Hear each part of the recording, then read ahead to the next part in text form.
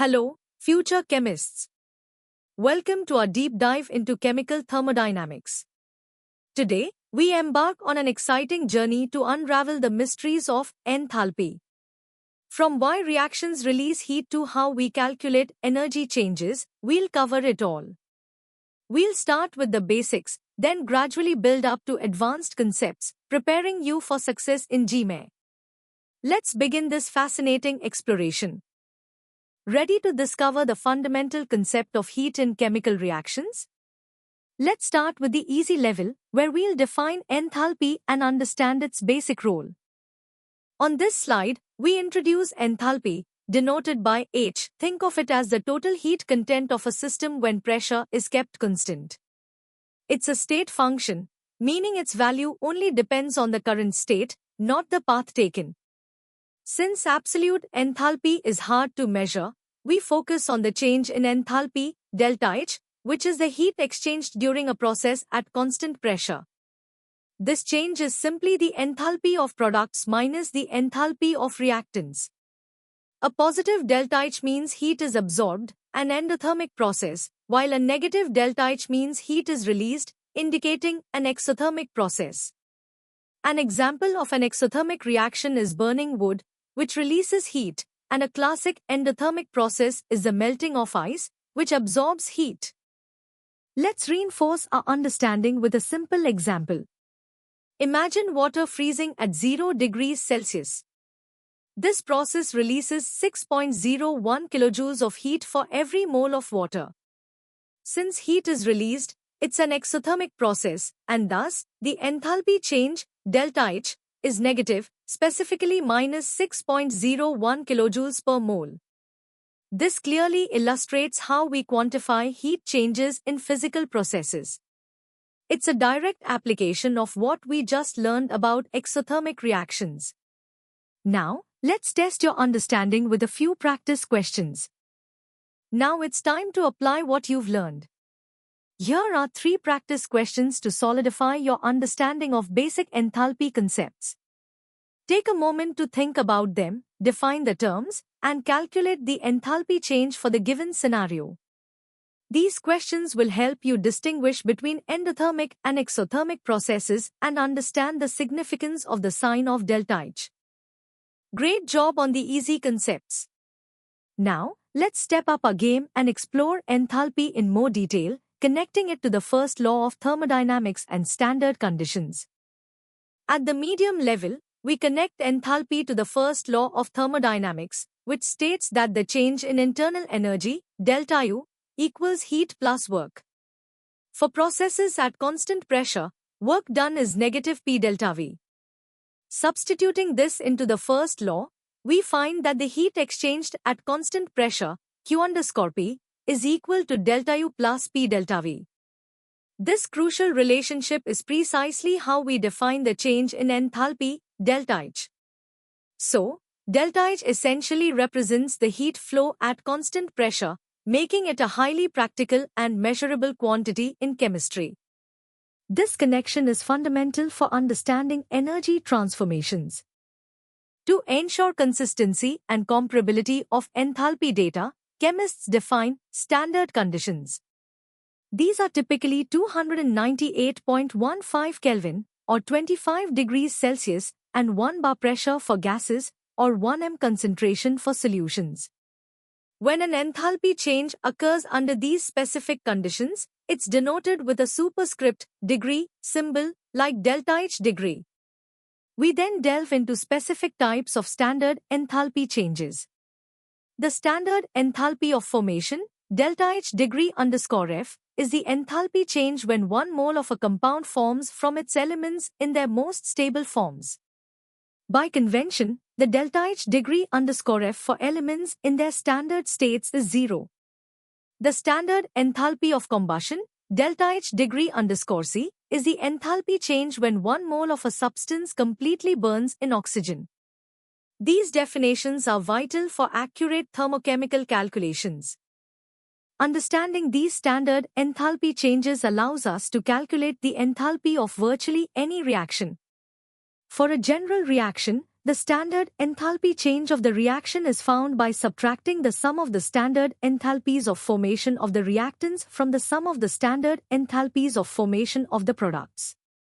Remember to multiply each enthalpy of formation by its stoichiometric coefficient from the balanced chemical equation. This powerful formula, derived from Hess's law, is a cornerstone for quantitative problem solving in thermochemistry. It provides a systematic way to predict energy changes without direct experimental measurement, making it incredibly useful in both academic and industrial settings. You've absorbed quite a bit of information on standard enthalpy changes and their calculations. Now, it's time to put that knowledge into practice. Here are 5 questions that will challenge your understanding of the first law, standard conditions, and calculating reaction enthalpies. Work through them carefully, applying the formulas and concepts we've discussed. Good luck! Excellent work so far. Ready to tackle more complex scenarios? In the hard level, we'll explore advanced concepts like Hess's law, bond enthalpies, and the temperature dependence of enthalpy changes. At this level, we introduce Hess's law, a cornerstone of thermochemistry.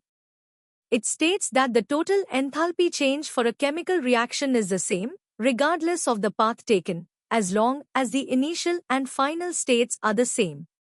This is a direct consequence of enthalpy being a state function.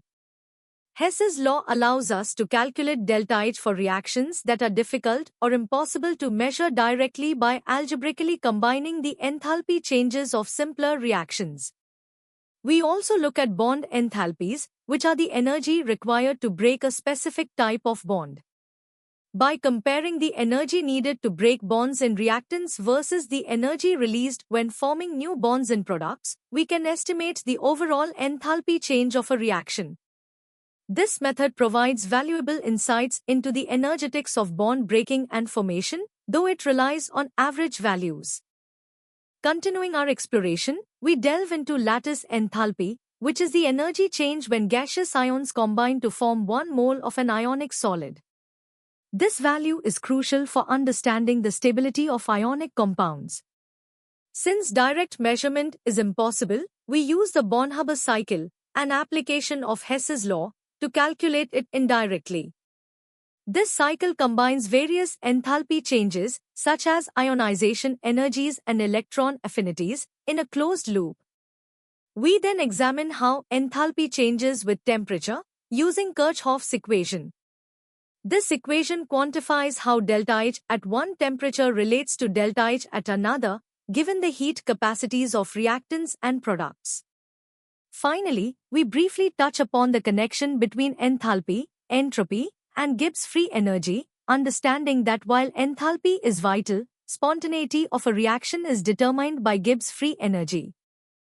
Let's analyze the practical applications and theoretical connections. Hess's law is incredibly powerful, allowing us to determine enthalpy changes for complex reactions by manipulating simpler, known reactions. This is a common technique in industrial chemistry. Bond enthalpies provide an approximate, yet insightful, way to estimate reaction enthalpies by considering the energy balance of bond breaking and forming.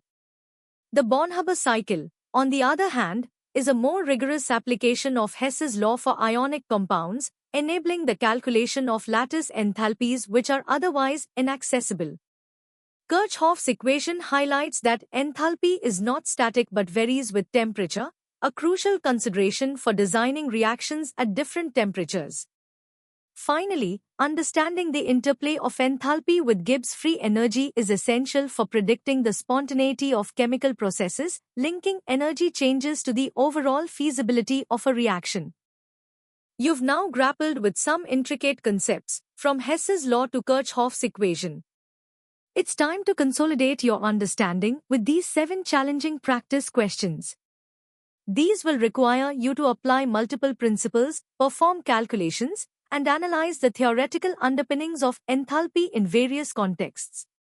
Take your time, think critically, and work through each problem methodically. Congratulations on making it this far. Now, Prepare for the ultimate challenge. The hardest level will push your understanding of enthalpy to competitive depths, exploring advanced cycles, intricate calorimetry, and real-world applications relevant for G Advanced. At the hardest level, we'll tackle advanced applications of Hess's law. This isn't just about summing reactions, it involves strategic manipulation of multiple steps, often to calculate enthalpies of compounds where direct formation data is unavailable, for example, using combustion data to find formation enthalpies. Next, we dive deep into detailed Born-Haber cycle calculations. Here, you'll not only understand the cycle but also perform rigorous calculations to find unknown quantities like second electron affinities or lattice energies, which are often multi-step and require careful attention to signs and stoichiometric factors. These cycles provide a powerful method to understand the energetics and stability of ionic compounds, extending beyond simple examples to more complex ionic solids, integrating various thermochemical concepts into a cohesive framework. Let's explore calorimetry in competitive detail. We'll differentiate between constant pressure, coffee cup, and constant volume, BOM, calorimeters, focusing on *y*, each measures delta H or delta U, respectively. You'll learn the precise calculations for each, accounting for the heat capacity of the calorimeter itself, not just the solution. This involves applying specific formulas for heat transfer to determine the exact enthalpy or internal energy change of a reaction. We then move to the derivation and application of Kirchhoff's equation. Beyond the simplified form, you'll understand how to integrate when ΔC_P is temperature dependent, a more accurate approach for wide temperature ranges.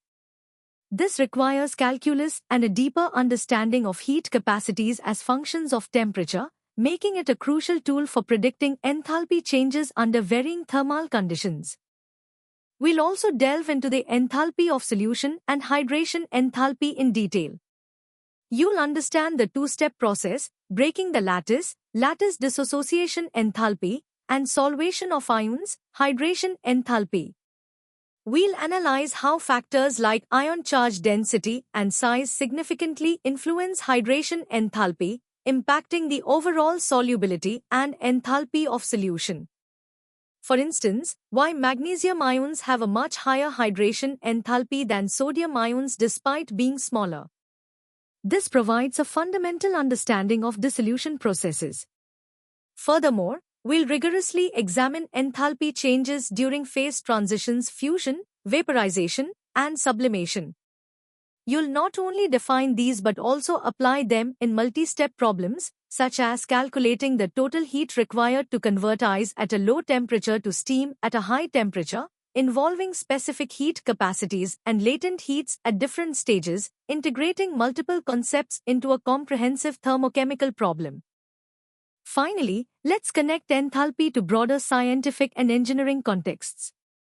We'll explore practical applications in industrial processes, such as the Haber-Bosch process for ammonia synthesis, where controlling temperature and pressure to optimize enthalpy changes is critical. In combustion engines, understanding the enthalpy of combustion of fuels is vital for efficiency and design. We'll also touch upon how enthalpy plays a role in biological systems, like the metabolic pathways where energy is released or absorbed to sustain life processes. This level isn't just about calculation, it's about appreciating the profound impact of enthalpy across various disciplines, from chemical engineering to biology, showcasing its relevance in solving real-world problems and advancing scientific understanding. This comprehensive view prepares you not just for exams, but for a deeper appreciation of chemistry. Now, test your mettle with the first 5 challenging questions of the hardest level. These problems will require you to synthesize knowledge from multiple advanced topics, perform intricate calculations, and apply critical thinking. Remember, these are designed to push your boundaries and prepare you for the toughest competitive scenarios. Take your time, review the concepts, and strive for precision in your answers. Here are the remaining 5 questions for the hardest level. These final problems will further challenge your analytical skills and your ability to apply complex thermochemical principles to diverse situations. Focus on constructing logical solution paths, paying close attention to units, signs, and the specific conditions given in each problem. Successfully tackling these will demonstrate a strong command over the topic of enthalpy. You've successfully navigated the intricate world of enthalpy, from its basic definitions to its most advanced applications. We hope this comprehensive journey has deepened your understanding and boosted your confidence for GMAT. For more such in-depth educational content, practice questions, and personalized learning experiences, visit synapse.omaps.in. Don't forget to subscribe to our channel for regular updates and more exciting lessons. Keep learning, keep exploring, and keep excelling. See you in the next session.